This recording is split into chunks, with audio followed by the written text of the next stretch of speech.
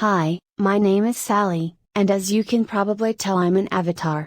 I work for Pat and Warner, and they run Warner's tree surgery. Warner has been treating sick trees for over 50 years, and Pat has been answering the phone, talking to the customers, and lining up work, and basically doing everything else that needs to be done.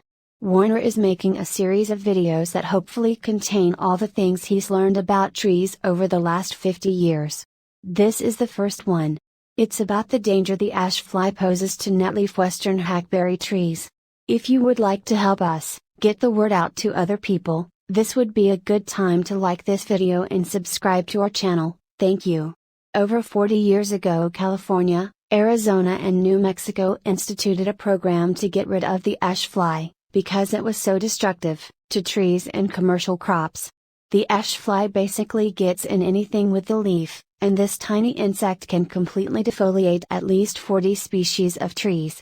The ash whitefly has a 60-day lifespan, but for 55 days it's an aphid-like creature that is too small to see with the naked eye. The adult winged insects are just barely visible. In the past, California, Arizona, and New Mexico were successful in eradicating this pest with a combination of poisoning neighborhoods, crops, and orchards, and importing the ash fly's natural predator, a very small wasp, but at this time, as far as I know, nothing is being done about them. It's hard to see the ash fly on Netleaf Western Hackberry trees unless you know what you're looking for. In the past, aphids would infest Netleaf Western Hackberry trees' leaves, and if you touch them, they would feel sticky. Well, the ash fly does the same thing.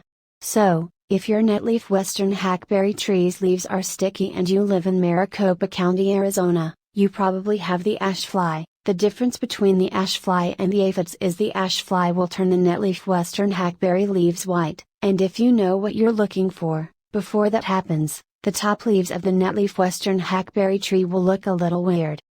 So, if you see your neighbor's trees with a few of their branches turning white, this is probably caused by a boring insect that's went completely around a particular branch, or it's caused by the ash fly. In order to control the ash fly, you need to poison the trees. You also need to start fertilizing your trees on a regular basis. I'm going to tell you which poison to use in a minute, but first you need to understand that the poison I recommend has nitrogen in it, and too much nitrogen is bad for trees. So, you need to put the poison down, and then 6 months later you get a good general purpose fertilizer, and you treat the trees with it.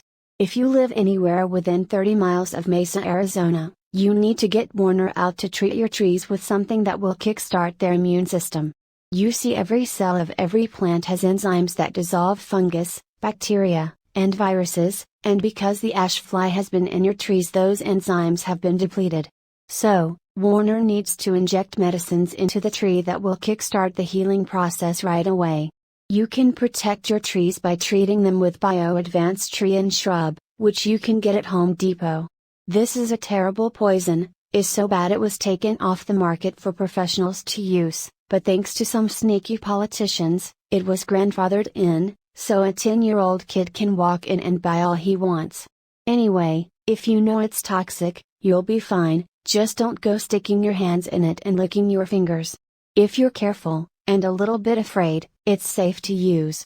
If you use the liquid, you pour the amount you need in a bucket with water, and you put the water down close to the base of the tree, and then you water it in. If you use the powder, you put the powder down close to the base of the tree and then you water it with a sprinkler.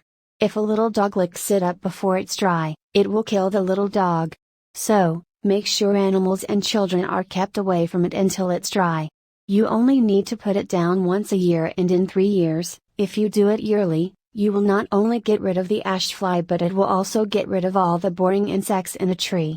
There's one more thing I need to tell you. Every place in the world where it rains, the water falls off of the trees at the drip line, and because that's where the water falls, that's where the roots, that pick up the micronutrients, develop, and all the instructions you get for the fertilizers, tell you to put the fertilizer out at the drip line.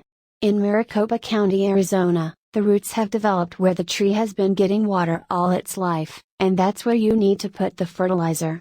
So, just ignore the instructions, and do it the way I just told you. Also, while we're on the subject, our garages and sheds get 140 degrees in the summertime. This damages the fertilizer, so you need to keep the fertilizer someplace cool in the summer, and if you've got fertilizer that's been in the garage or shed in the summertime, you need to get rid of it. Well, that's about it. I hope this helps you with your trees. Please subscribe to this channel and hit like, and if you live within 30 miles of Mesa, Arizona and you want Warner to come out and look at your trees, just give us a call. The number is 480-969-8808. Thanks and goodbye.